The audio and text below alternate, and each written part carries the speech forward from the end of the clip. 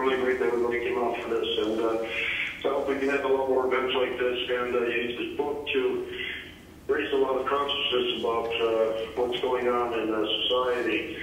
And what happens in the academy. The academy is just a microcosm of society.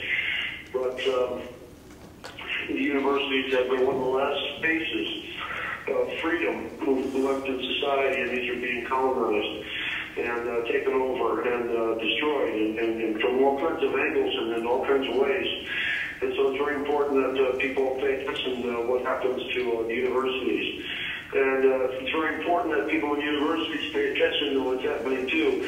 There's the stereotype of professors often as aloof and apolitical and abstract, and unfortunately this is true in many cases. But not with the people in this book. We have people who are quite aware and quite responsible to their role in society as producers of knowledge, as educators, and to represent what is happening within the general systematic attack on freedom and critical thinking within society. So it used to be, after the 1960s, when the war was over and the young students were looking for things that they could do or places they could go where they could represent, cling to these ideals of freedom that they had.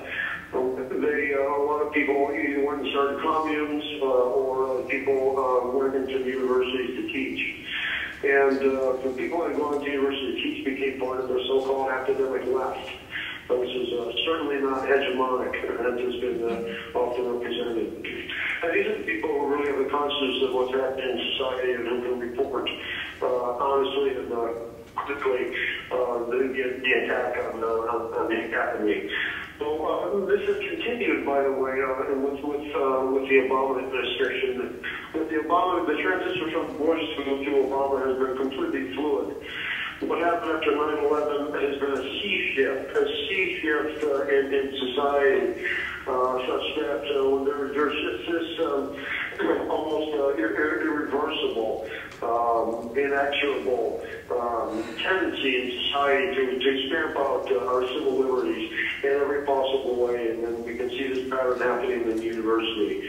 And people in the universities are scared to stand up and to speak out about anything critical in society, and then to represent this in their classrooms, to try to take a position at all.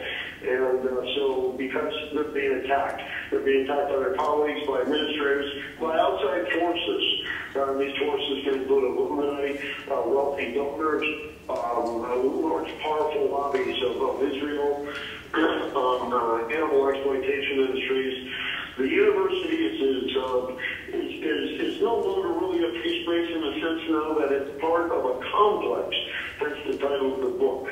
It's part of a military corporate complex that really has just invaded it thoroughly. So it really has no use for philosophy, humanities in any serious way, and it certainly has no use for critical thinkers. And one of the ways taking out critical thinkers at the university, or people with a critical viewpoint at all, is with the attack on the tenure system. Within the last decade or so, the tenure system has been, people that have tenured positions have been halved. And so if you don't have tenure, you don't have any freedom to speak. The people with part-time jobs in the academy know that they exploit them for more money, and they can also ensure that there's no free speech left in the academy. So again, this is a concern for all of us. It's what happening in the universities. It is what's happening in society, but the universities are no longer free space. There are very few free spaces left to speak.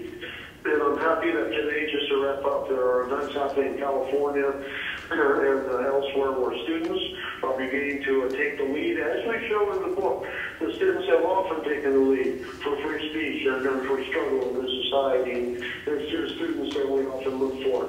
And I hope that we can have some kind of a resurgence, some kind of renaissance of resistance of political culture in this society, because we so desperately need it in these times.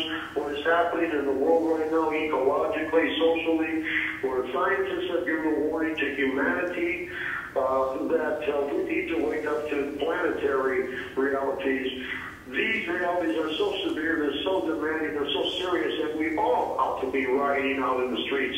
And I don't understand why there's not more resistance in society, but we have to cultivate resistance and transformation, and the universities, we all have a role to play in this.